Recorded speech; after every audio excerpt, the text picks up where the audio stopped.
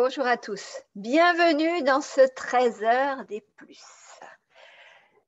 Alors aujourd'hui, je voudrais savoir si tu as vu le film qui s'appelle Valentine's Again. Moi, je l'ai vu en replay sur la télé puisque vraiment les programmes télé ne m'emballent pas. Je regarde très peu la télé et dans la semaine dernière, j'ai regardé ce qui est présenté au replay et j'ai vu, j'ai des cheveux un peu bizarres parce que j'ai mis un bandeau après que mes cheveux soient mouillés. Ça fait des choses très, très, très marrantes finalement. Je vais laisser ça comme ça. Et Valentine's Day, c'est l'histoire d'une femme c'est vraiment une fille qui bosse, qui se donne à fond dans sa boîte, elle est cadre supérieur, elle gagne bien sa vie, mais elle donne tout son temps à son boulot. Et du coup, elle néglige énormément sa vie amoureuse. Donc, c'est un jour de Saint-Valentin et elle va encore le passer seule. Pas tout à fait, puisque le soir, elle a quand même un date. Elle a un rendez-vous avec un gars qu'elle a trouvé sur un site de rencontre et ça va être leur première rencontre grâce à ce dîner. Donc, c'est vraiment la fille robot, quoi. Elle réfléchit pas. Elle fait tous les jours, elle sort de son immeuble, le portier lui tient la porte, il lui donne ses bons voeux pour la journée, etc. Elle va au boulot, elle bosse, elle rentre, elle dort, bref. Bref, c'est une vie robotisée, une vie comme la majorité des gens ont. Et donc, en ce jour de Saint-Valentin, il va y avoir comme une bonne fée ou l'univers ou Dieu, je ne sais pas, qui vont se présenter à elle sous forme d'une femme qu'elle va rencontrer après son fameux dîner avec le gars qu'elle a trouvé sur son site de rencontre. En plus, le mec, vraiment, c'est pratiquement l'homme idéal pour elle parce qu'il a suffisamment de situations professionnelles intéressantes, suffisamment d'argent, il rêve d'une maison avec des enfants, avec un chien, avec je ne sais pas quoi dedans. Bref, pour elle, il coche toutes les cases raisonnables de l'homme idéal. En revanche, côté émotionnel, côté enthousiasme, côté cœur, là, ça laisse à désirer. C'est pour ça que cette fée ou ce dieu ou l'univers surgit pour lui dire « Hey, réveille-toi, c'est pas ça la vie. On coche pas des cases quand on veut rencontrer l'homme idéal, etc. Et surtout, on écoute son cœur puisque ça a raison. » Et cette bonne fée va lui dire « Aujourd'hui, tu as rencontré énormément d'hommes et parmi tous ces hommes, il y en a un, c'est vraiment l'homme de ta vie. Et tu as trouvé le moyen de passer à côté parce que tu ne regardes pas les gens, parce que tu ne cherches pas à les connaître, parce que tu n'entres pas en connexion avec toi, avec tes émotions, et tu n'entres finalement pas en résonance avec ce que la vie te propose. Donc, elle lui donne ce deal en lui disant, chaque jour, tu vas revivre ce Valentine's Day, le jour de la Saint-Valentin, jusqu'à ce que tu découvres quel est l'homme idéal qui était là, que tu as vu pendant ce jour-là, que tu as vu sans doute aussi des dizaines, peut-être des centaines de fois déjà et auquel tu n'as pas accordé la moindre attention. Donc le lendemain, la fille, elle se réveille, bingo, elle allume sa télé et c'est le jour de la Saint-Valentin. Elle se dit, putain, merde, c'est pas vrai, je vais recommencer ce jour en question, je vais revivre encore une fois. Donc, elle va cette fois-ci faire plus attention à un des hommes qu'elle a rencontré. Elle va lui proposer d'aller boire un café, etc., de faire plus en connaissance. Et puis, le lendemain matin, elle se réveille, hop, elle allume la télé, bing, c'est encore la Saint-Valentin. Et elle va revivre peut-être, je n'ai pas compté les fois, mais c'était énorme. C'est au moins 10 fois, elle va revivre ce jour-là. Et vraiment, ce film, il m'a vraiment emballée. Excusez-moi, j'ai toujours ce problème avec l'effet miroir de l'ordi, à pas trop savoir dans quel sens rabattre ma frange. Je n'ai même pas regardé si ça passait si ça passe, c'est bon, c'est déjà ça. Et voyez, finalement, ce que je veux vous dire par là, la morale de cette histoire, l'enseignement que je voudrais que vous arriviez à tirer de ce film, même si vous ne l'avez pas vu, si vous ne l'avez pas vu, allez le voir, c'est de vous dire que tant que tu restes dans ton fonctionnement de robot, que tu ne vis pas en conscience, que tu ne vis pas au présent, tant que tu gardes les mêmes habitudes. Je vous ai dit, cette fille, elle se lève, elle allume la télé parce que son chien lui apporte la télécommande, elle écoute son répondeur sur son téléphone, et puis après, il y a sa routine, elle s'en va, il y a le portier, elle arrive dans son boulot, etc. C'est tous les jours se ressemblent. Tous les jours, elle a les mêmes habitudes. Tous les jours, elle porte les mêmes lunettes, le même regard sur le monde, sur les autres, sur elle, sur sa vie, sur son boulot. Elle ne vit que pour son boulot. Elle passe à côté de sa vie, comme peut-être toi, tu es en train de passer à côté de la tienne. Et heureusement, cette bonne fée qui lui fait faire et refaire cette journée de la Saint-Valentin, elle la pousse à changer ses habitudes, à s'intéresser à des gens, des hommes en l'occurrence, auxquels elle ne se serait jamais intéressée avant. Et évidemment, l'histoire se finit bien, elle va trouver, je ne veux pas spoiler, je ne veux pas te dire qu'elle est parmi tous les hommes, parce qu'il y en a un paquet qu'elle rencontre dans la journée, je ne veux pas te dire qu'elle est l'homme de sa vie, c'est à toi de le découvrir et de le savourer dans le film.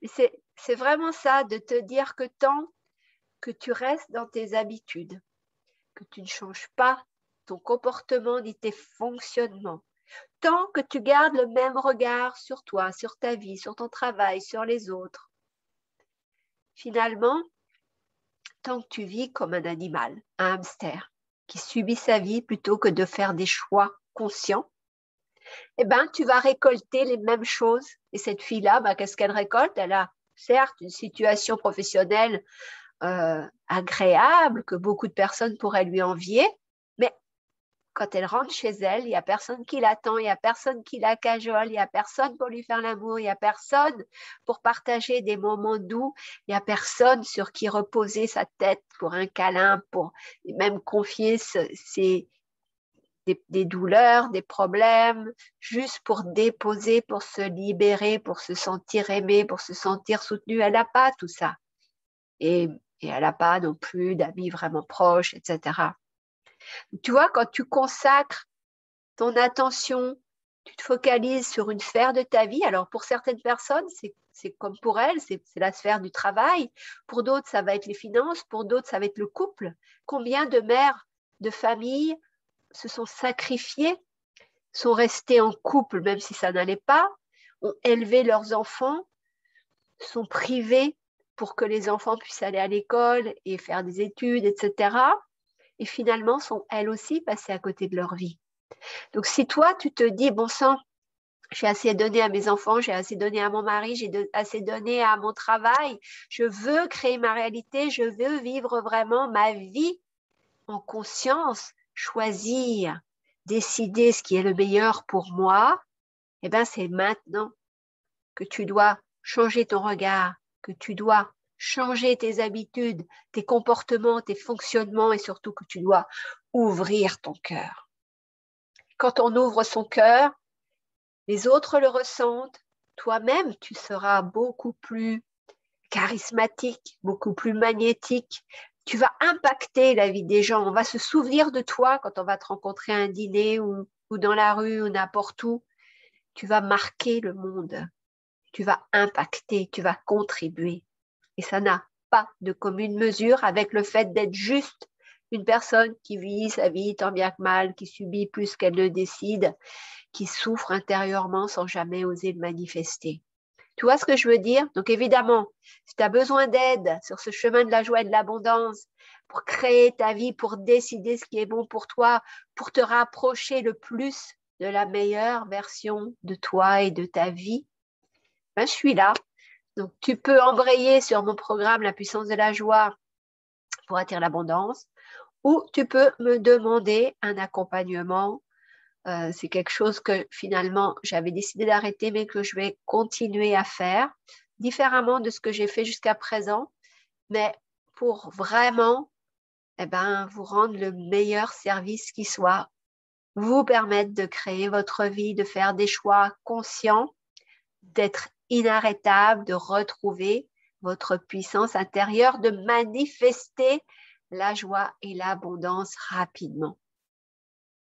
Cette ouverture du cœur, quand je te dis que les autres la ressentent, que toi, ça va changer ta vie, tu verras même physiquement, tu vas voir, alors là, voilà, à cet endroit-là, vraiment, entre les deux seins finalement, un petit peu au-dessus, tu vas voir comme une lumière apparaître. Moi, j'ai vu ça vraiment il y a une vingtaine d'années, ça s'est ouvert. Donc, c'est pas des choses en l'air, c'est pas, comment t'expliquer ça? C'est pas une vision, c'est pas une utopie, c'est des choses qui vont changer ta vie, qui vont amener de l'amour dans ta vie, amour pour toi, pour les autres, amour de toi, etc.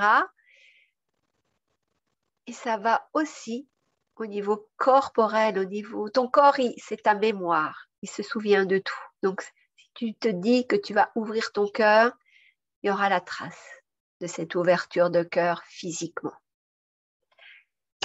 J'attends tes commentaires, j'attends tes questions. Et puis, ravie toujours de te faire profiter de tout ce que j'ai pu apprendre depuis 30 ans, tout ce que j'ai pu créer comme richesse dans ma vie. Et si tu n'as pas vu, va voir mon post où vraiment le post d'aujourd'hui, c'est pour remercier vraiment toutes ces personnes qui m'ont elles-mêmes remercié d'avoir impacté, d'avoir changé leur vie. Je vais te mettre en lien en commentaire mon agenda Calendly et puis le lien pour le programme sur la puissance de la joie. N'hésite pas à prendre rendez-vous pour qu'on échange, pour que tu me fasses part de ce qui est difficile pour toi en ce moment, de pourquoi tu stagnes. Peut-être tu as envie depuis des années de créer ta réalité, mais tu n'y arrives pas. Pourquoi ça patine dans la semoule? J'ai ce don de voir ce qui bloque. Je le vois en quelques minutes d'échange avec toi, donc je pourrais te dire ce qu'il te reste à faire. Et sache que j'ai toujours à cœur de donner le meilleur à mes clients. Donc, si je constate que tu n'es pas un client que je pourrais vraiment aider au maximum, je te le dirai en toute sincérité. Je n'accompagne pas des gens juste pour les accompagner. Si j'estime que je ne suis pas la meilleure personne pour le faire, je le dis clairement. Et aussi, quelquefois, je pense être la meilleure pour le faire, mais la personne ne matche pas énergétiquement avec la catégorie de personnes avec laquelle j'ai envie de travailler. Voilà. Quand on travaille avec quelqu'un en coaching comme ça, c'est comme si on s'était connus peut-être dans des vies antérieures où nos âmes se reconnaissent. Quand il n'y a pas cette reconnaissance de cœur à cœur ou d'âme à âme, bien, je préfère ne pas commencer de coaching avec toi si c'est le cas.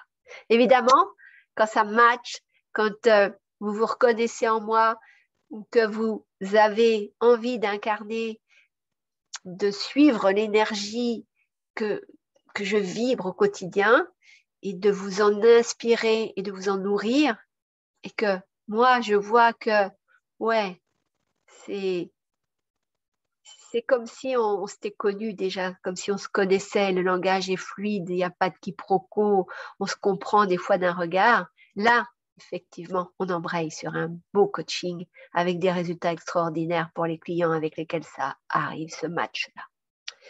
Je t'embrasse. Ciao. Tac, tac, tac.